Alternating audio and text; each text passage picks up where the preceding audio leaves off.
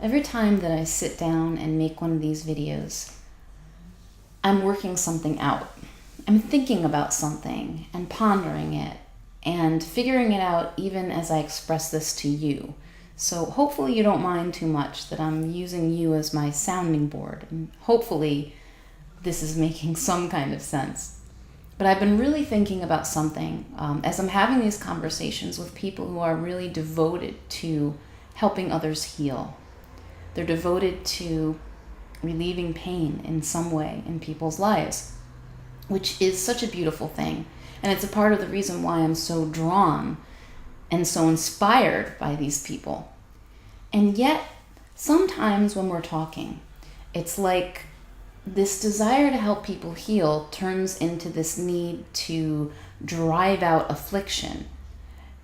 It's as if they have something inside of them or on them or attacking them that needs to be destroyed, whether it's a physical illness or a mental illness or an emotion that they no longer want.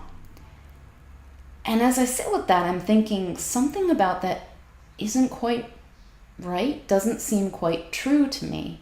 It's sort of like if my leg's fallen asleep and I say, I've got to cut it off. That's it.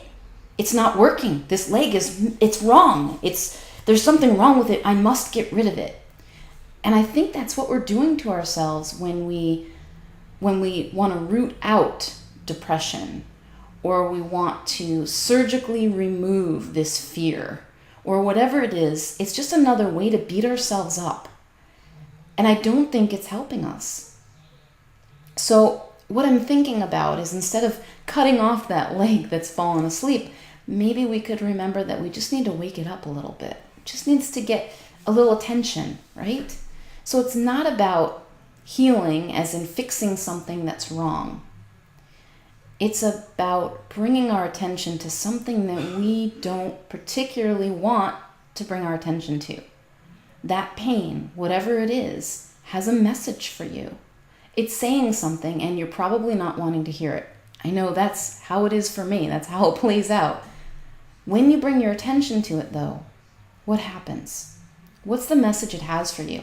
I find myself doing this in sessions with clients when we bump up into one of their limiting beliefs, a disempowering belief, such as, I'm afraid that I don't have real value to offer here.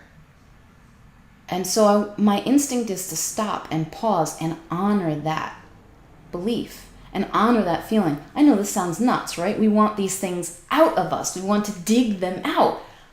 But something amazing happens when we take a moment to reflect on that undesirable and talk to it almost like it was a person and say, what's the message you have for me?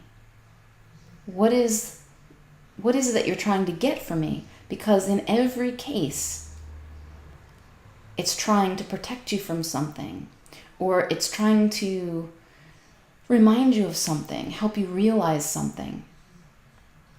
So I just want to encourage you today to think about the thing that you don't want to think about, to tune into it, to just sit for a moment and ask yourself, what is it that I'm needing to hear? What's the message I most need to hear today? It might be the very one that you've been pushing away.